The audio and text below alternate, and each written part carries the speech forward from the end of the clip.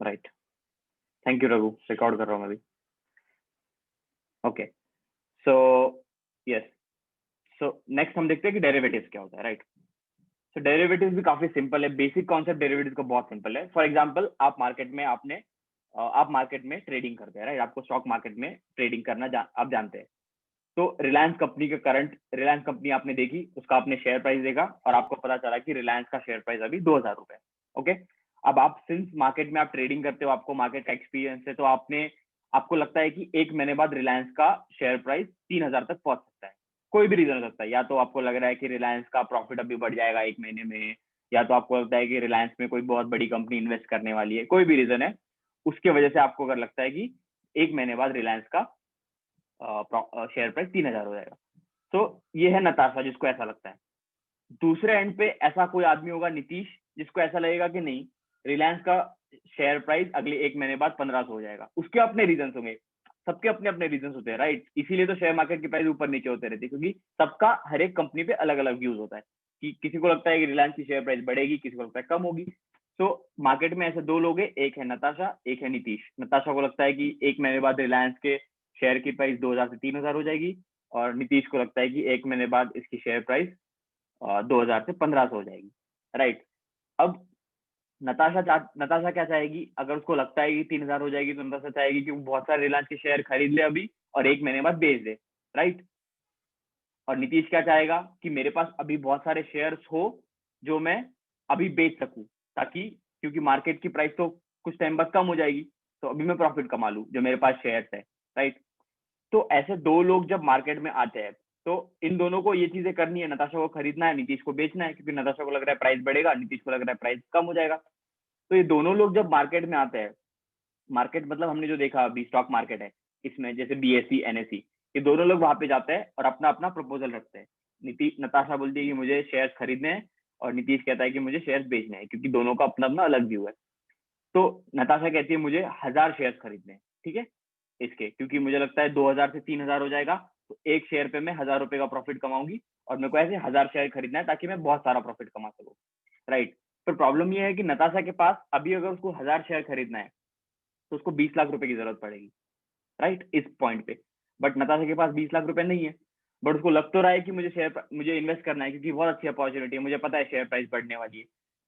तो इसके लिए मार्केट में एक प्रोडक्ट बनाया है जिसको कहते हैं डेरिवेटिव्स। ऐसे केस में जहां पे आपको लगता है कि शेयर प्राइस बढ़ेगी या कम होगी, और आपको इन्वेस्ट करना है, पर आपके पास उतने पैसे नहीं है, उसको कहते हैं डेरिवेटिव्स। तो डेरिवेटिव्स कैसे वर्क करता है? नताशा और नीतीश दोनों मार्केट में गए, दोनों ने अपने अपने प्रपोजल बताए। नताशा ने कहा कि मुझे 1000 शेयर खरीदने हैं, नीतीश को लग रहा है कि शेयर प्राइस गिरेगी, तो नीतीश ने कहा ओके, मैं 1000 शेयर बेचने के लिए रेडी हूँ इस पॉइंट पे।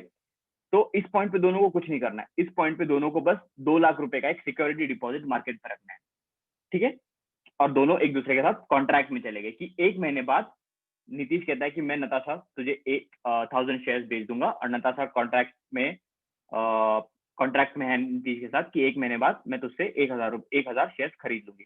तो ये सिंपल एक कॉन्ट्रैक्ट हो गया। राइट, और इस कॉन्ट्रैक्ट की एक प्राइस हो जाती है, ठीक है। दोनों कि एक महीने बाद कितने प्राइस पे बेचेंगे हम लोग शेयर, क्योंकि दोनों का एक्सपेक्टेशन अलग है। राइट, नताशा सोचती है 3000 जाएगी शेयर प्राइस, और नीतीश सोचता है 1500 जाएगी।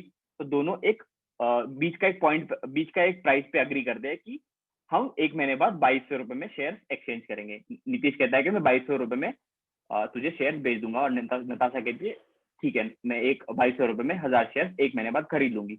और उसके लिए उन दोनों को अभी कोई पैसे देने नहीं है, बस सिक्योरिटी डिपॉजिट की तौर पे 2 लाख रुपए उनको मार्केट में डिपॉजिट करने हैं, ठीक है, ताकि दोनों एक दूसरे कॉन्ट्रैक्ट पे ऑब्लिगेशन उनका कॉन्ट्रैक्ट की तरफ रहे। दोनों एक महीने बाद ऐसा ना कहे कि ये कॉन्ट्रैक्ट तो था ही नहीं, ठीक है।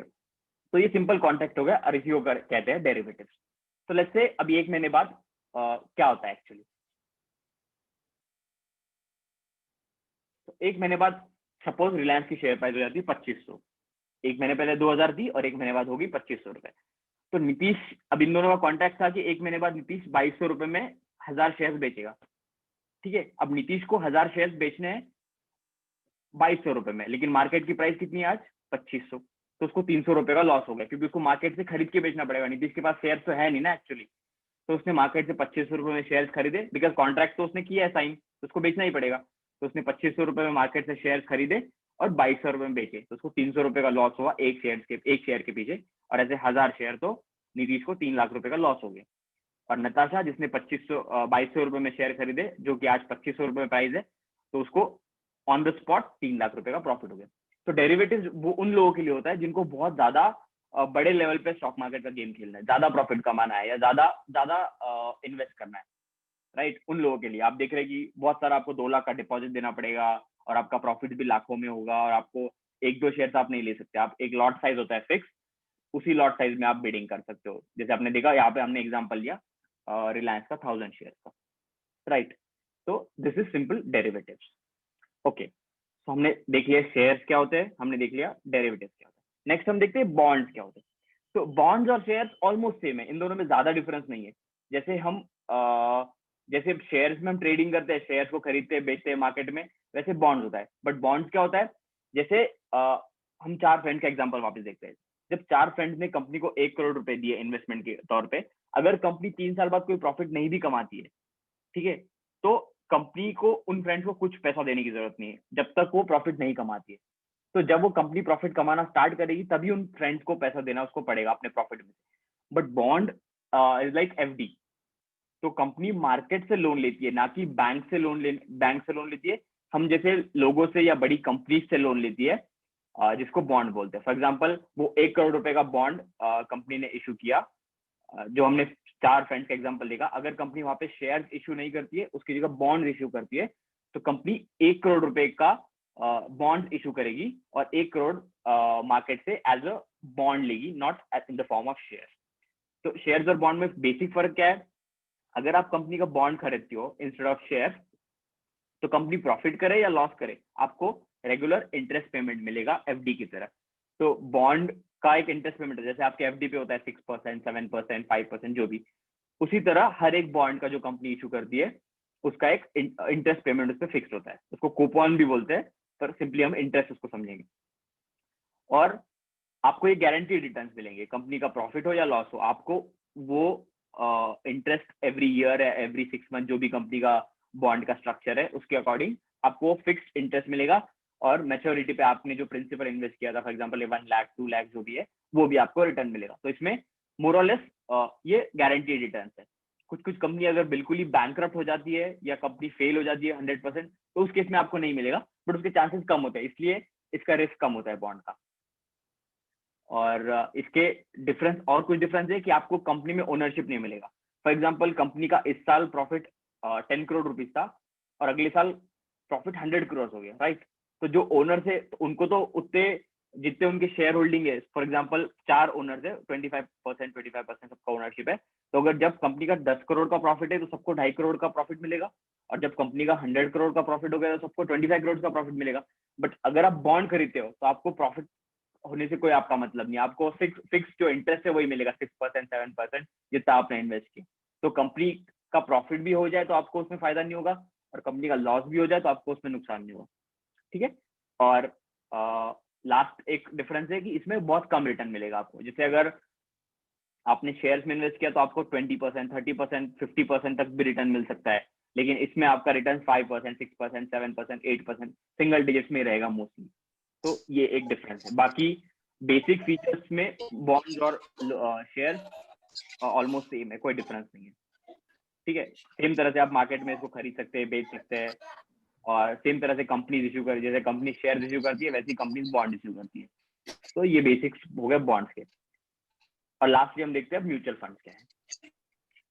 तो म्यूचुअल फंड भी बेसिकली, फॉर एग्जांपल अब नताशा का फिर से एग्जांपल लेते हैं। नताशा ने स्टॉक मार्केट, शेयर मार्केट के बारे में सीख लिया, उसको समझ आ गया कि शेयर मार्केट क्या है। अब नताशा मार्केट में इन्वेस्ट करने चली जाती है, ठीक है। नताशा कुछ पैसे लेके मार्केट में जाती है कि मैं अभी शेयर मार्केट में इन्वेस्ट करूंगी, मुझे कुछ कंपनीज के शेयर खरीदने, क्योंकि मुझे समझ आ गया है अभी शेयर मार्केट क्या है।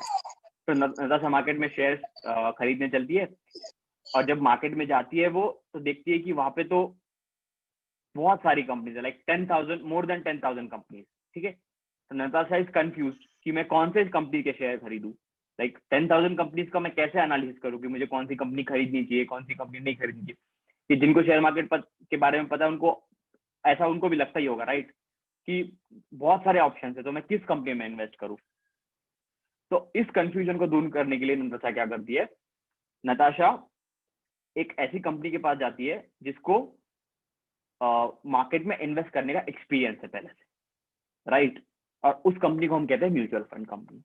म्यूचुअल फंड कंपनी क्या करती है, नताशा से कुछ पैसे लेगी और वो पैसे अपने एक्सपीरियंस के हिसाब से कुछ कंपनीज में इन्वेस्ट करेगी जो कंपनीज का उसको स्टडी है, राइट। क्योंकि वो कंपनी है म्यूचुअल फंड और उसका काम यही है कंपनीज में इन्वेस्ट करना, तो उसका अच्छा स्टडी होगा, उसका एक्सपर्टीज होगा कि उसको पता होगा कि कहाँ पे इन्वेस्ट कर सकते हैं, कौन सी कंपनी अभी कैसा परफॉर्म कर रही है, कौन सी कंपनी का फ्यूचर में ग्रोथ होने का ज्यादा पोटेंशियल है, ऑल दीज पॉइंट, राइट।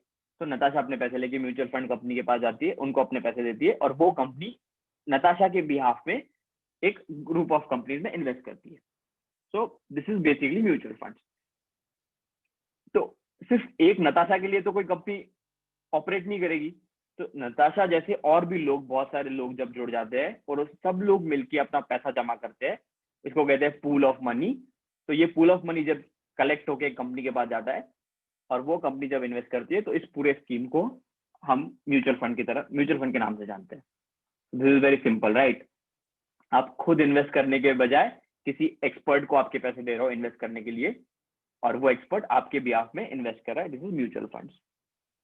और म्यूचुअल फंड ऑब्वियसली फ्री में तो नहीं करेगा ये काम, तो इस प्रोसेस के लिए म्यूचुअल फंड एक कुछ फी चार्ज करता है कि आप जितना भी इन्वेस्ट करोगे उसका 1%, 2% डिपेंडिंग ऑन द कंपनी वो फीस चार्ज करता है, उसको म्यूचुअल फंड का फीस कहते हैं, सिंपल। सो नेक्स्ट, ऐसे अब आप देखेंगे कि ऐसे एक कंपनी नहीं है क्योंकि ये बिजनेस है, राइट। तो ऐसे बहुत सारे म्यूचुअल फंड कंपनीज इंडिया में बन चुके हैं। तो अभी करंटली आज के डेट में there are like 44 mutual fund companies in India और हर कंपनी के डिफरेंट डिफरेंट स्कीम्स होंगे। स्कीम्स क्या होते हैं, जैसे फॉर एग्जांपल ये नताशा ने जिस कंपनी को पैसे दिए, नताशा ने उसको बोला कि मुझे अभी लग रहा है कि अगले 1 साल में हेल्थ केयर वाली कंपनीज है उनमें ज्यादा प्रॉफिट होगा, मुझे ऐसा लग रहा है, तो आप मेरे पैसे हेल्थ केयर वाली कंपनीज में इन्वेस्ट करो। तो म्यूचुअल फंड कंपनी ने कहा ठीक है, हम आपके आपके पैसे हेल्थ केयर कंपनी में इन्वेस्ट करेंगे। कोई दूसरा आदमी जाएगा, वो बोलेगा मुझे लग रहा है कि अगले 1 साल में जो टेक्नोलॉजी की कंपनीज है वो ज्यादा अच्छा परफॉर्म करेगी, तो मेरे पैसे आप टेक्नोलॉजी कंपनीज में इन्वेस्ट करो। तो ऐसे डिफरेंट डिफरेंट लोगों के अलग अलग नीड्स के लिए, अलग अलग रिक्वायरमेंट्स के लिए म्यूचुअल फंड अलग अलग जगहों पे इन्वेस्ट करती है। कुछ म्यूचुअल फंड टेक्नोलॉजी कंपनीज में इन्वेस्ट करेगी, कुछ म्यूचुअल फंड कंस्ट्रक्शन कंपनीज में इन्वेस्ट करेगी, कुछ फार्मा कंपनीज में इन्वेस्ट करेगी, ऐसी डिफरेंट कंपनीज में इन्वेस्ट करती है। तो ये डिफरेंट स्कीम्स बन जाती है। तो ऐसी मोर देन 2500 स्कीम्स अभी मार्केट में एक्टिव है, राइट। तो ऐसी मोर देन 44 कंपनीज अभी है और more than 2500 mutual fund schemes market में चल रही है जिसमें आप इन्वेस्ट कर सकते हो।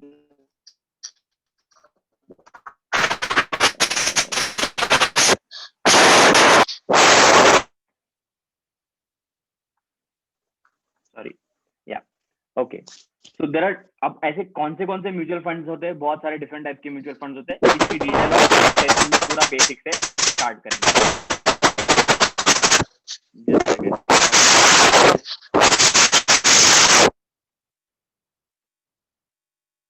या सॉरी, काफी डिस्टर्बेंस आ रहा है, can you mute yourself if you are not talking, thank you. Okay, so mutual fund की सारी डिटेल्स हम नेक्स्ट सेशन में कवर करेंगे। ओके, सो लास्ट पार्ट हम देखते हैं अभी कि how to invest in stock market. हमने देख लिया कि स्टॉक मार्केट, शेयर मार्केट क्या होता है, स्टॉक मार्केट में और क्या क्या चीजें हम बाय सेल कर सकते हैं, बट हमको जानना है कि हम इन्वेस्ट कैसे करें। सो ये सारी चीजों में इन्वेस्ट करने के लिए, चाहे वो शेयर हो या चाहे डेरिवेटिव्स हो या बॉन्ड्स हो या म्यूचुअल फंड हो, इसको इन सभी में इन्वेस्ट करने के लिए आपको बस एक ट्रेडिंग अकाउंट की जरूरत होती है। तो आजकल आप किसी भी कंपनी के पास जाओगे तो आपको वो 3-in-1 नाम का एक ट्रेडिंग अकाउंट ओपन करके देगा। What is 3-in-1? तो 3-in-1 होता है, आपको एक ट्रेडिंग अकाउंट मिलेगा, आपको एक डीमैट अकाउंट मिलेगा और आपको एक सेविंग्स अकाउंट मिलेगा बैंक का। तो इसको बोलते हैं 3-in-1 अकाउंट। ठीक है, ट्रेडिंग अकाउंट क्या होता है? ट्रेडिंग अकाउंट सिंपल, जहां पे आप शेयर्स का ट्रेडिंग कर रहे हो, जहां पे आप शेयर्स को बाय और सेल कर रहे हो, खरीद रहे हो या बेच रहे हो शेयर्स को, ये ट्रेडिंग अकाउंट है सिंपल। तो डीमैट अकाउंट क्या है? आप मान लो आपने किसी शेयर को खरीद लिया, राइट, तो आप वो शेयर को रखोगे कहाँ पे? उसको कहीं पे तो स्टोर करना पड़ेगा ना। ओल्ड टाइम्स में क्या होता था, आपको एक सर्टिफिकेट मिलता था कि अगर आपने रिलायंस में इन्वेस्ट किया है तो आपको रिलायंस के नाम से एक सर्टिफिकेट मिलेगा कि आपने रिलायंस में इन्वेस्ट किया है 10,000 रुपीज या जो भी है।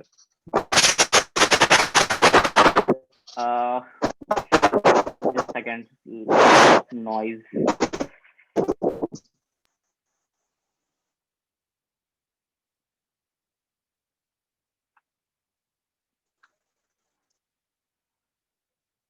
Yeah, sorry. So okay, तो ट्रेडिंग अकाउंट हो गया। और डीमैट अकाउंट होता है आपको, आपने जब शेयर्स खरीदे तो आपको स्टोर करने के लिए एक जगह होती है। तो इंडिया में करंटली 2 डीमैट कंपनीज है जो आपके शेयर्स आपने ट्रेड करने का जिसको store, right? Sorry, Shamal, can you please mute yourself? There's a lot of noise from your side. Thanks. Yeah. So और लास्ट है सेविंग्स अकाउंट। सेविंग्स अकाउंट की आपको क्यों जरूरत है? जब भी आप शेयर्स में इन्वेस्ट करोगे, बाय या सेल करोगे, तो आपको आपका ऐसा आपको नहीं करना पड़ेगा कि आपको आपके बैंक अकाउंट से ट्रेडिंग अकाउंट में पैसा डालना पड़ेगा, फिर आप ट्रेडिंग अकाउंट से शेयर्स खरीदोगे। तो डायरेक्टली आपका बैंक अकाउंट भी उस ट्रेडिंग अकाउंट से लिंक्ड होगा, सो दैट आप जैसे ही शेयर्स खरीदोगे, आपके उस लिंक्ड बैंक अकाउंट से आपके पैसे डिडक्ट हो जाएंगे। तो ये 3-in-1 एक अकाउंट जनरली होता है जिसकी आपको जरूरत पड़ेगी इन चारों प्रोडक्ट्स में इन्वेस्ट करने के लिए। ओके, तो हम देखते हैं कि कौन से ऐसे कंपनीज है जो आपको अकाउंट ऑफर करते हैं। तो मैंने अकाउंट्स को 2 कैटेगरी में ब्रेक किया है, एक जिनका लो कॉस्ट होता है और एक जिनका थोड़ा हायर कॉस्ट होता है। तो आप देखेंगे लो कॉस्ट में है ज़ीरोधा, अपस्टॉक्स, 5paisa.com, और हायर कॉस्ट में आपने सुना होगा ICICI direct, HDFC, Religare, IIFL, angel broking, share Khan, Motilal Oswal. ये मैंने यहाँ पे जो टॉप 10 कंपनीज है इंडिया की जो जिसमें आपने अकाउंट ओपन करना चाहिए उनको लिस्ट किया है। सो ज़ीरोधा, अपस्टॉक, 5paisa.com ये लो कॉस्ट है। तो जो भी नए लोग हैं जिनको एक्सपीरियंस नहीं है शेयर मार्केट में, जो अभी नया इन्वेस्ट करना सीख रहे हैं या इन्वेस्ट करना चाहते हैं, मैं उनको रेकमेंड करूंगा कि आप इन तीनों में से कोई अकाउंट ओपन कर लो आपके कन्वीनियंस के हिसाब से। मैंने पर्सनली ज़ीरोधा ट्राई किया है, तो ज़ीरोधा इज वेरी गुड। और मैंने ICICI डायरेक्ट भी यूज किया है, तो ICICI डायरेक्ट भी अच्छा है, बस उसका कॉस्ट थोड़ा ज्यादा होगा। तो what do I mean by cost? क्या कॉस्ट होते हैं? तो ये 3 मेजर कॉस्ट होते हैं कोई भी ट्रेडिंग अकाउंट के। एक तो अकाउंट ओपनिंग चार्जेस होते हैं, फिर ट्रांजैक्शन चार्जेस होते हैं, और maintenance charges. Account opening simple, जब आप अकाउंट खोलते हो किसी भी इन कंपनीज में, तो आपको एक अकाउंट ओपनिंग चार्जेस देना पड़ेगा। मोस्ट ऑफ द कंपनीज आपको फ्री में अकाउंट ओपन कर देगी, तो आप देख सकते हैं जो भी कंपनी आपको फ्री में अकाउंट ओपन करवा रही है, दैट्स बेटर फॉर यू। और सेकंड है ट्रांजैक्शन चार्जेस। ट्रांजैक्शन चार्जेस मतलब जब भी आप किसी शेयर्स को खरीदते हो बेचते हो, दोनों शेयर जब आप खरीदोगे तब भी, और शेयर जब आप बेचोगे तब भी आपको कुछ एक छोटा सा फीस देना पड़ेगा उस कंपनी को। वो होता है आपका ट्रांजैक्शन चार्जेस, और हर कंपनी का ट्रांजैक्शन चार्ज अलग होगा। तो वो भी आपने देखना चाहिए जब भी आप कोई नया अकाउंट ओपन करोगे। और एक होता है मेंटेनेंस चार्जेस। तो मेंटेनेंस चार्जेस आपको जो एनुअली देना पड़ेगा उस अकाउंट को मेंटेन करने के लिए। सो these are 3 main charges. Sorry.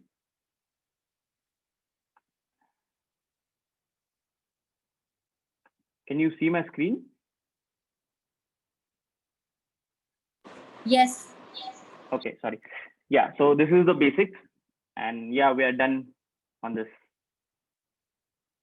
There are few things about mutual funds जो जिनको म्यूचुअल फंड के बारे में पता है वो लोग उनको बता देता हूँ, लेकिन फिर भी हम नेक्स्ट सेशन में डिटेल में डिस्कस करेंगे ये सब चीजें। सो म्यूचुअल फंड, जब भी आप म्यूचुअल फंड में इन्वेस्ट करते हो, never invest through brokers, agents और डिस्ट्रीब्यूटर्स। आप खुद से म्यूचुअल फंड के वेबसाइट पे जाके या पेटीएम मनी का एक ऐप होता है उससे आप इन्वेस्ट करो, दैट्स बेटर। और कोई भी सेम टाइप के म्यूचुअल फंड स्कीम में 2 से ज्यादा स्कीम में इन्वेस्ट मत करो। फॉर एग्जांपल टेक्नोलॉजी स्टॉक्स में आपको इन्वेस्ट करना है, तो आप more than 2 schemes, technology schemes है उसमें इन्वेस्ट मत करो कभी भी।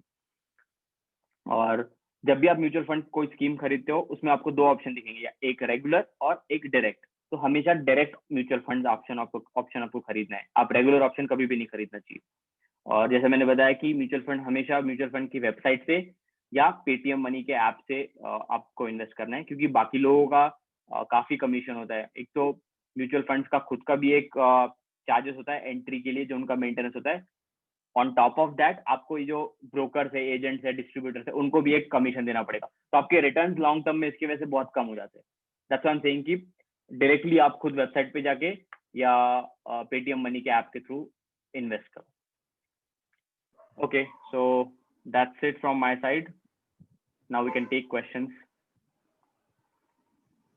बस ये डायरेक्ट म्यूचुअल फंड्स में लमसम अमाउंट ही होता है या एसआईपीज भी हो जाती है डायरेक्ट? हाँ, दोनों होता है। इसमें आप लमसम भी कर सकते हो। It's same as regular. Regular और डायरेक्ट में एक बेसिक डिफरेंस है। रेगुलर ब्रोकर्स, एजेंट्स और डिस्ट्रीब्यूटर्स के थ्रू आता है, तो रेगुलर में थोड़ा सा कॉस्ट ज्यादा होगा, और direct direct mutual fund company के थ्रू आता है, तो आपको थोड़ा कॉस्ट कम होगा। सिंपल, फॉर एग्जाम्पल आप अमेजोन से चीज खरीद रहे हो तो आपको कॉस्ट कम पड़ेगा, वही आप नॉर्मल सामने से दुकान में से जाके खरीदोगे तो आपको थोड़ा सा महंगा पड़ेगा ना, राइट? सो वो डिफरेंस है बस, और कोई डिफरेंस नहीं। बट एसआईपीज कर सकता हूँ ना ऐसा सब कुछ डायरेक्ट? सेम सेम, या कर सकते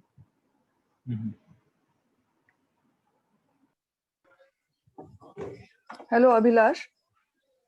हैं। हाय Bhupali. What is the difference between direct and regular mutual funds? या so as I was telling, direct mutual fund जो आप डायरेक्टली म्यूचुअल फंड कंपनी के थ्रू इन्वेस्ट कर रहे हो, फॉर एग्जांपल आपको आईसीआईसीआई प्रूडेंशियल में इन्वेस्ट करना है, राइट? तो डायरेक्टली आप उसके वेबसाइट पे जाओगे, या पेटीएम मनी भी डायरेक्टली उसकी वेबसाइट पे आपको इन्वेस्ट करवाएगा, तो आप डायरेक्टली उस कंपनी के थ्रू इन्वेस्ट कर रहे हो, ना कि आप किसी इंटरमीडिएट किसी एजेंट के थ्रू इन्वेस्ट नहीं कर रहे हो। तो रेगुलर होता है जो आप किसी ब्रोकर के थ्रू, किसी एजेंट के थ्रू इन्वेस्ट कर रहे हो, वो होता है रेगुलर इन्वेस्टमेंट। और डायरेक्ट होता है डायरेक्टली आप किसी म्यूचुअल फंड कंपनी के थ्रू इन्वेस्ट कर रहे हो। सो डायरेक्ट इज ऑब्वियसली थोड़ा चीपर होता है, इसमें आपको एजेंट्स को, डिस्ट्रीब्यूटर्स को, ब्रोकर्स को, इनको कुछ पैसा नहीं देना पड़ेगा। आप डायरेक्टली म्यूचुअल फंड कंपनी के थ्रू खरीद रहे हो तो थोड़ा आपको सस्ता पड़ेगा, तो आपके रिटर्न लॉन्ग टर्म में इसके वजह से ज्यादा आएंगे। Okay, so I have some SIPs which I have to stop. So if I stop the SIPs now and after the market is a bit good or something and then I withdraw the money, is it going to give me profit or do I withdraw it now itself? Sorry, I didn't get your question. So you want to withdraw your investment, right? I have to stop my I have to stop my SIPs. Okay. 1 minute. तो अब market जैसा नीचे है, थोड़ा बढ़ रहा है, जैसे मार्केट बढ़ता है तो म्यूचुअल फंड में you get more benefits, like that's what is told. Correct. हाँ, सो अभी जब मार्केट बढ़ेगा, हाँ, सो जब तो भी जब मार्केट बढ़ेगा, हाँ, तब तक रुकूं या अभी विड्रॉ कर दूं मनी पूरा, कैसे करना है? अब अभी तो मार्केट काफी डाउन है, तो आई वोंट रेकमेंड कि अभी आप विड्रॉ करो। आप कुछ टाइम, मतलब वैसे मार्केट को टाइम नहीं कर सकते हम, दैट्स वेरी डिफिकल्ट। अभी मैं ये नहीं बोल सकता एग्जैक्टली कि आज मार्केट डाउन है या अप है, बट आप अगर 1 साल के लेवल से देखोगे तो कंपैरेटिवली डाउन है, बट इससे भी और डाउन जाएगा या ऊपर जाएगा, नोबडी कैन से, राइट? तो एग्जैक्टली हम नहीं बोल सकते कि अभी आपको विड्रॉ करना चाहिए, नहीं। बट अगर आप 1 साल का लेवल देखोगे तो पिछले 1 साल का जो लेवल है उससे अभी थोड़ा सा डाउन है, तो अभी आप थोड़ा वेट कर सकते हो। तो अभी अगर एसआईपी स्टॉप कर देते हैं this month, okay, this is October, नवंबर में स्टॉप कर देते हैं, तो फिर फिर what will be the return if I withdraw it in suppose June? तो एसआईपी आप स्टॉप कर रहे हो मतलब आप एसआईपी स्टॉप कर रहे हो मतलब आप नया इन्वेस्टमेंट नहीं कर रहे हो, बस आपका जो ऑलरेडी इन्वेस्टेड है उस पे तो आपको रिटर्न मिलता रहेगा, वो तो आपका इन्वेस्टेड है, तो उस पे आपको प्रॉफिट या लॉस होता रहेगा। ओके, चलेगा, या करेक्ट। तो ये अभी अपन ने अगर उसको अभी स्टॉप करी एसआईपी, हमने स्टॉप करी एसआईपी, और अभी दिसंबर में अगर हम बेचना चाहे तो 2 महीने का प्रॉफिट हमें मिलेगा कि हमने जब स्टॉप करी है तभी का मिलेगा? नहीं, जब तक आप सेल नहीं करते हो तब तक आपको वो जो भी आपका प्रॉफिट है लॉस चलता रहेगा मार्केट के हिसाब से। Okay, thank you. या थैंक यू।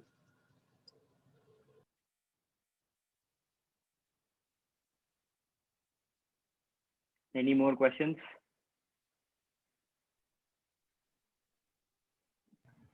अभिलाष, मेरा एक डाउट है।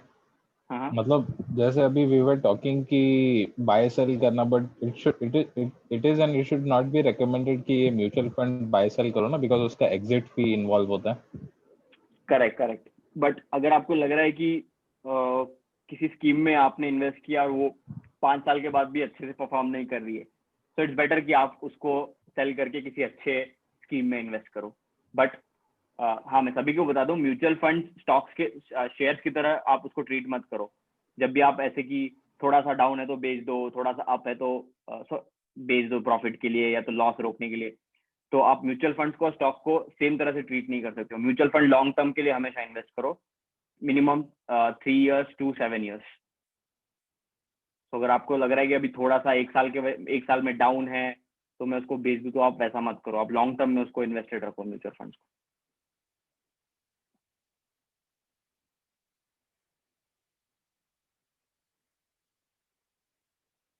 Any more questions? Yes, can I ask a question? Yeah, sure. Hello. Yeah, I can hear you. Can you put some light on forex trade? I've heard a lot about forex trade, but I don't have any knowledge about it. So can you put some light on forex trading? Yeah, so forex trade, basically forex trade क्या होता है, आप currencies का जो rate होता है, for example आज US dollar का प्राइस इंडियन रुपीज में 70 रुपीज है फॉर एग्जांपल, तो आप इसमें ट्रेड करो। अगर आपको लग रहा है कि एक साल के बाद यूएस डॉलर का प्राइस 75 हो जाएगा, तो आप आज बहुत सारे यूएस डॉलर खरीद लो और आप एक साल बाद यूएस डॉलर मार्केट में बेच दो। सिंपल, ये होता है फॉरेक्स ट्रेड। तो आपका अगर करेंसी मार्केट पे कुछ व्यू है कि एक साल बाद डॉलर कम होएगा या रुपीज बढ़ेगा या पाउंड बढ़ेगा, जो भी है आपका अगर कुछ व्यू है, तो उस व्यू को आप यूज करने के लिए फॉरेक्स ट्रेड करते हो। सिंपल।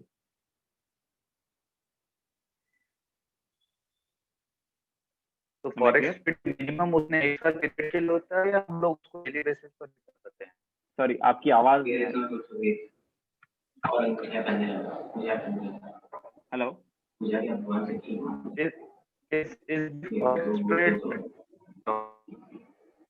सॉरी आपकी आवाज ब्रेक हो रही है।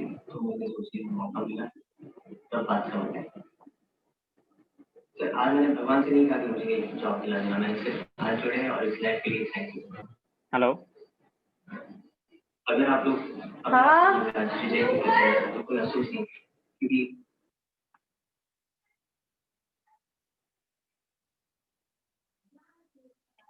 any other questions? I can't hear him. स्माइलेशन तो जाके ये ना अभिलाष कस्टमर को क्वेश्चन करोगे तो